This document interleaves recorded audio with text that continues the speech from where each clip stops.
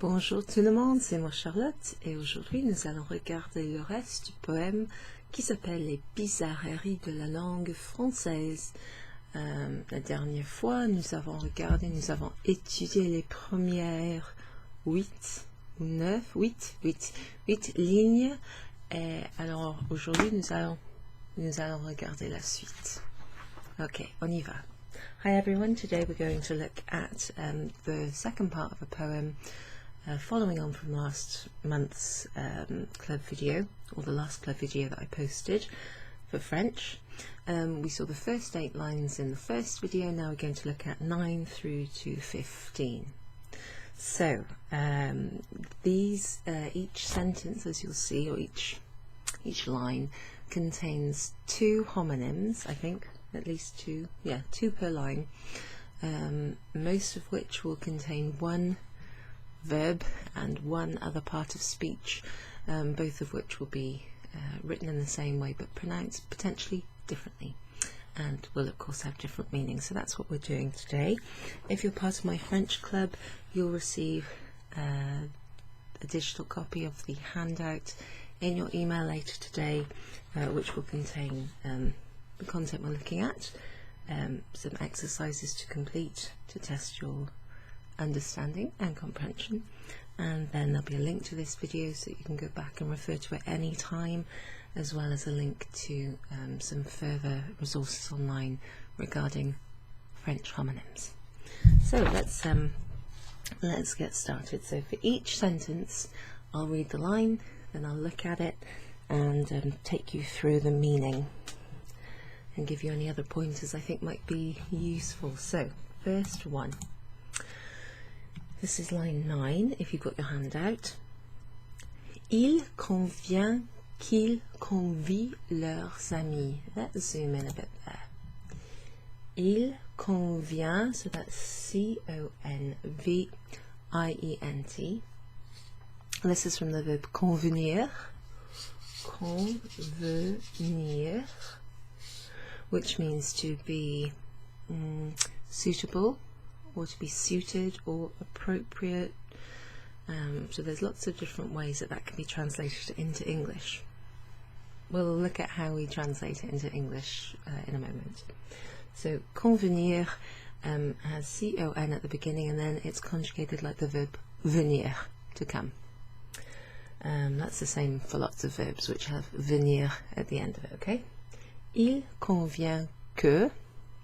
Then we've got the subject pronoun il, so que, the conjunction que plus il becomes qu'il. Q and a U. Can we zoom in there a little bit more, Charlie? Wait. The Q and the U from que remain, but we essentially get rid of the E, add an apostrophe and follow it on with whatever the next bit is. So that happens often when the subject pronoun that follows it starts with a vowel. Okay. Il convient qu'il convie. So that's a verb. This is also a verb, but it's a different verb. And here we've got the first person singular il. Il convient que. It is appropriate that. Il convient que. So that's kind of an impersonal structure. Il convient que. It is appropriate, or appropriate that they, il, I-L-S, that's the plural subject pronoun, the masculine form, they. Convie, convier is to invite. Let's see if there's a separate translation of that. Convier, convier. If you can hear that snuffling in the background, that's my baby daughter. Invite, there you go. See if she wakes up. Il convient qu'ils convient leurs amis. Now what's this leurs amis? Leur. You may have seen leur without the S, and that's the indirect object pronoun, which means to them. Je leur envoie une lettre. I to them send a letter. So when there's an S at the end, like here, that's a possessive adjective, and leur here means their, as in their, the possessive, something that belongs to them, their friends. It is no, not necessary. It is appropriate that they invite their friends, leurs amis. So we've got leur with an S at the end, followed by the noun ami, which begins with a vowel. So we make the liaison leurs amis. So we've got two verbs there, which are homonyms, but they're pronounced in a different way. Convient, convie, from the verb convenir, and convier. Okay, let's look at line 10. 10. Ils ont un caractère violent. Ils ont un caractère violent. They, again they, the subject pronoun they, the masculine, they have, from the verb avoir, they have, ils ont un caractère violent, a violent character, personality. Ils violent, now this is a verb, the verb violer, to violate. Ils violent leurs promesses. So here we have violent. Violent is an adjective. It means violent, describing someone or something, a situation. Here it's a person. No. Here it's someone's character or personality. They have a violent character. They are violating, or they violate, their promises. So violer is the verb. Attention, that's obviously, it's quite a violent verb in itself actually. It can mean to rape, it can mean to violate, or it can mean to sort of to break, depending on the context. Viol in the they form, in the present tense you don't pronounce the ENT, just like here. Convie, viol, okay? So it's an ER verb. Leur is the possessive their. They violate or they break their promises. Promesse, leur promesse, their promises. So here the two words that look the same but sound a little different. Violent, adjective. Viol, noun. Verb, excuse me. Ils violent leurs promesses. They, bunch of guys, or a mixed bunch, break their promises. Elles violent leurs promesses. They, bunch of girls, break their promises.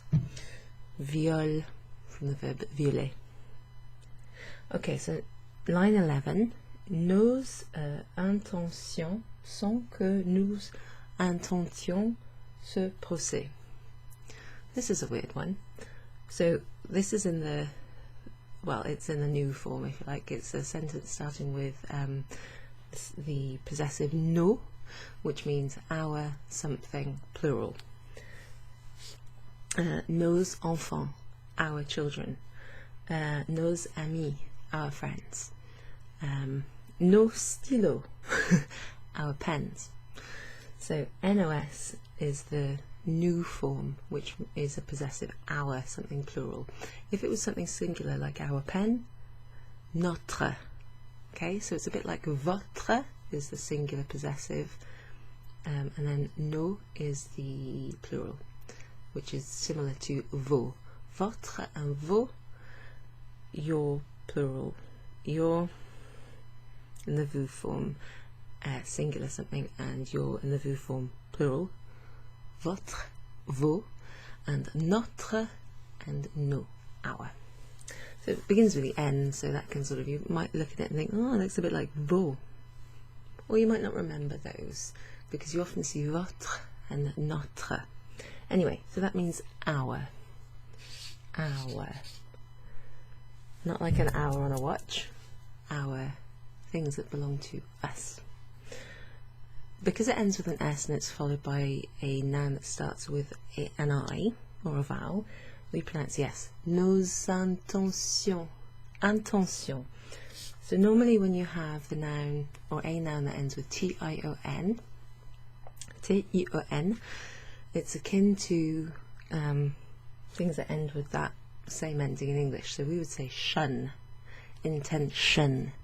In French, intention, action, action, etc. It's plural, our intentions, so it's got an S at the end. Not that you can hear that when you're saying it. Notre intention, our intention, singular.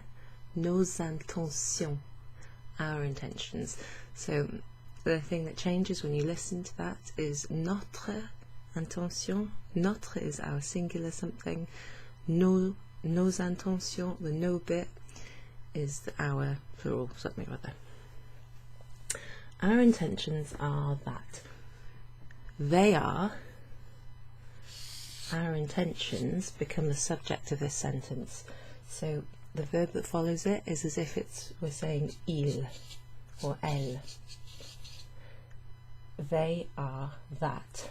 Our intentions are that. Nos intentions sont que. So that's the verb être, which means to be. I am, you are, he is, we are, they are. Our intentions are, they are, that. Nous, so that's the subject pronoun, that's what comes, in English that comes at normally the start of a sentence. We will do something, we eat something, we like. So it's subject pronoun, verb, and then the rest, normally like a noun. Nous intentions. So when you've got nous, most of the time it's followed by a verb or any subject pronoun. Je mange, je veux, tu aimes, il va. Okay, so it's normally subject pronoun then verb, and the verb will be conjugated in accordance with the subject. So this is the new form of the verb intenter. I think it's intenter, it's not intentier. No. Let me just double check this. It's always worth doing if you're not sure. Oui. Oui, intenter. Okay, cool. And also handily it gives you some translations here. So to file, or like to file suit, bring suit, or to sue. Yeah. This has got like a legal connotation. Take legal action against, bring legal action against. So, okay. So this is the verb intenter. I-N-T-E-N-T-E-R. I-N-T-E-N-T-E-R.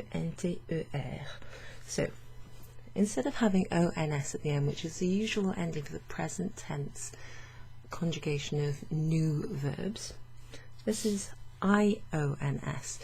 And looking at that, knowing that it follows the subject pronoun new, I can say, that's a verb. I-O-N-S at the end tells me that that's the imperfect tense, l'imparfait. So that translates into English as we were intending, or we used to intend. So it's an ongoing action, a continuous or ongoing action in the past. It could be something that was happening over a period of time. We were intending. Actually, sorry, it's not the verb to intend. I'm mixing up the French appearance of that verb with the English verb to intend. So how do you translate that? It's like to bring suit against, sort of to sue. Okay. Our intentions are that we were filing this case. Procès. Let's just check how you translate procès. Lawsuit. Trial, lawsuit, proceedings. Okay, this is the problem with not translating. Oh, I've really got baby brain today. Sorry about that. I mean, I'm quite ditzy normally when it comes to translating on the spot. Interpreting. So this is why I do translation from text to text, one language to another in text form. You've got time to hone it.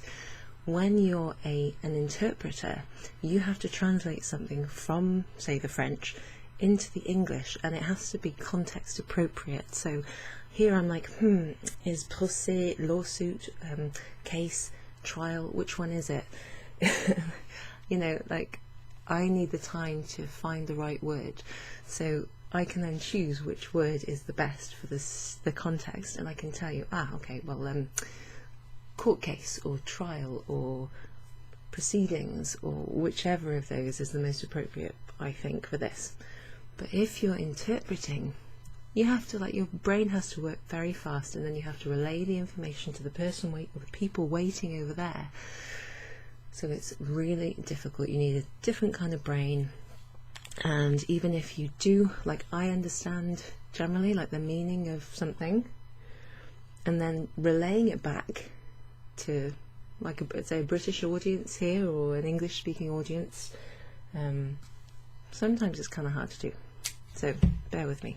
And bravo to all interpreters, because what you do is difficult and pressurized. Worth a clap. So let's go back to this. Nos intentions, our intentions, sans que, are that. Nous intentions, so the verb intenter, are that we were filing, imperfect, ongoing action in the past, ce procès, this lawsuit. Let's say lawsuit. I think that's quite a valid, like, word for it, say in the States and other English-speaking places as well as the UK. Ce is a demonstrative pronoun. It means this, and you see it in front of, like, a masculine singular noun. If it has a T after it, set, it's still masculine, but it's because the word that follows starts with a vowel, and it makes it easier to pronounce and differentiate. There's also the feminine form cette, which comes, for example, cette voiture, cette maison, cette fille. Okay, so they're all demonstrative pronouns, and the plural would be c'est. Alright, they're demonstrative pronouns, go look them up. Ce, cette, c'est, and cette. Right, so here we have the plural noun intention, intention, just like in English, noun, and then we have the verb intenter, not to intend. To intend to do something, for example, would be avoir l'intention de faire quelque chose, to have the intention to do something. Okay, I intend to study it. J'ai l'intention de l'étudier. Oui, j'ai l'intention de le faire. I have the intention to do it. Okay, so different verb. It means to file, like, proceedings.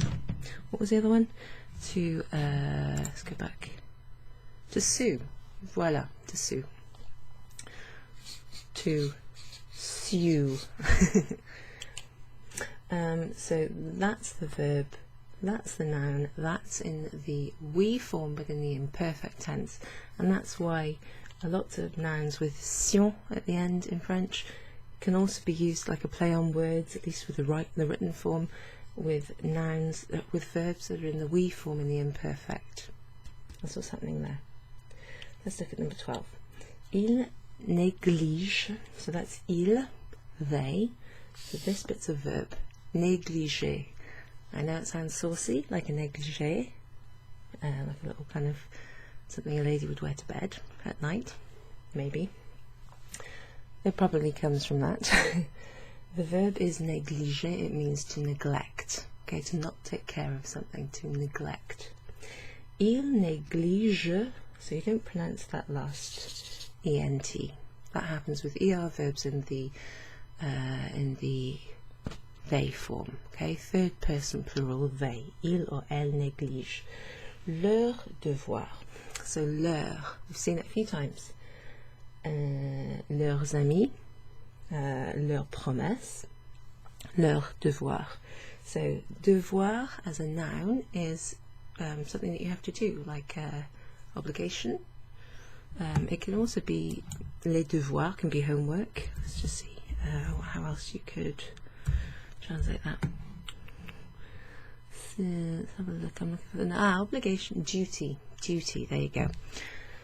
So they're neglecting their duties, they're neglecting their obligations, they're neglecting the things they have to do. And that noun comes from the verb, or is linked to the root verb devoir, which means to have to or must.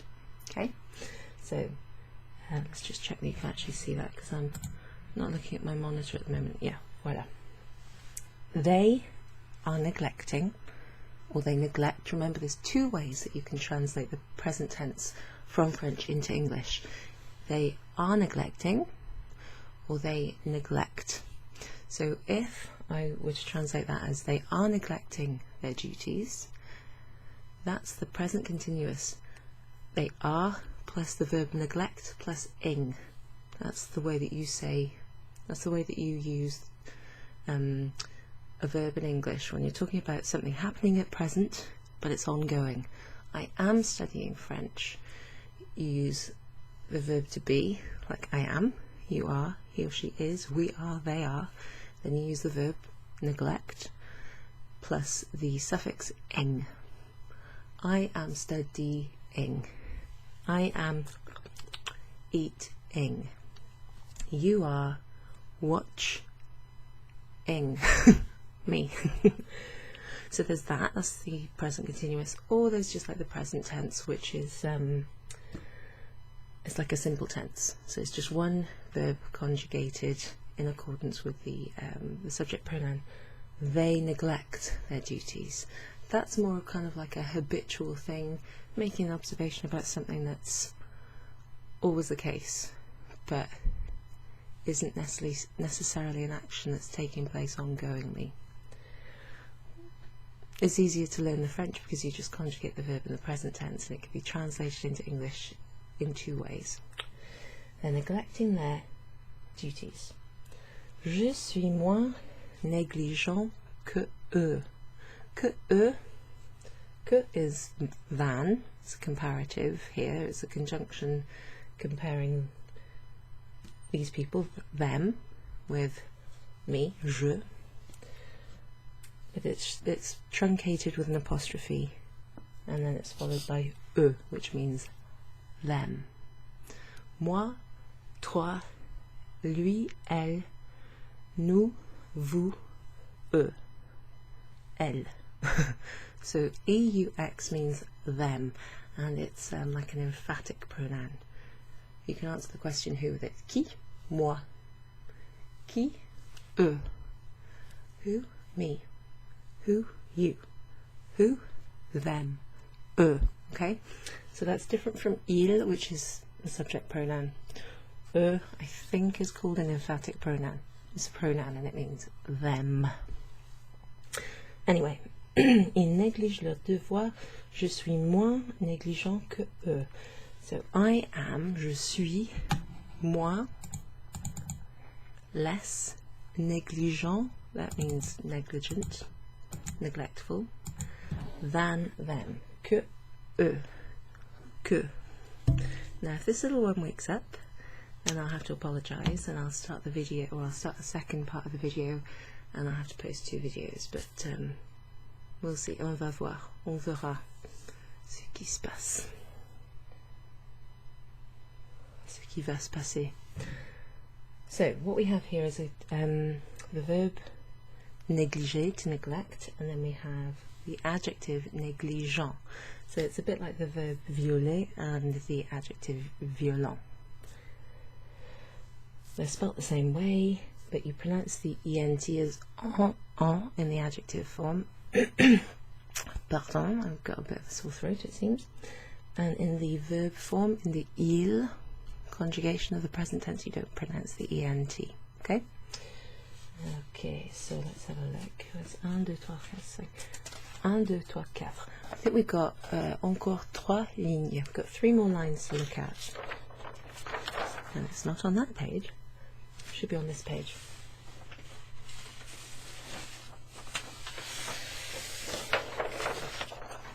Les voilà, there they are. Okay, so let's have a look. Il réside à Paris.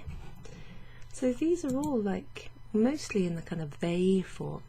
The subject of these sentences is like they something, plural. So il, again, il, they. Réside, from the verb résider, to reside or to live in. You don't pronounce the ENT at the end. Il réside. That's your verb. À Paris, in Paris. À is the preposition that precedes a city or a town. So if you say I'm going to Paris, je vais à Paris. I live in Paris, j'habite à Paris. Okay, so you wouldn't say j'habite en Paris. Not really. So à precedes towns and cities. En precedes like a country, for example, or a region. Chez, that's a useful one. Chez means like at the place of. Like chez Marie would be Mary's place, or Mary's brackets house or office or place that belongs to them. Il réside à Paris chez le résident. So this is the verb in the they form. Réside, don't pronounce the ENT. Here we have a noun, résident, resident. Okay. Il réside à Paris chez le résident d'une nation étrangère. So chez plus followed by this bit here tells you whose place it is. At the place of chez, at the place of the resident of a foreign nation. They're staying or they're residing at some person, some person's place, some person who's a resident of a foreign nation. It's quite a complex sentence in English. So whoever the subject of the sentence is, they are staying with or residing at, or in Paris, at someone's property or home, someone who is resident in a foreign nation. Nation, that's that sion ending to the noun.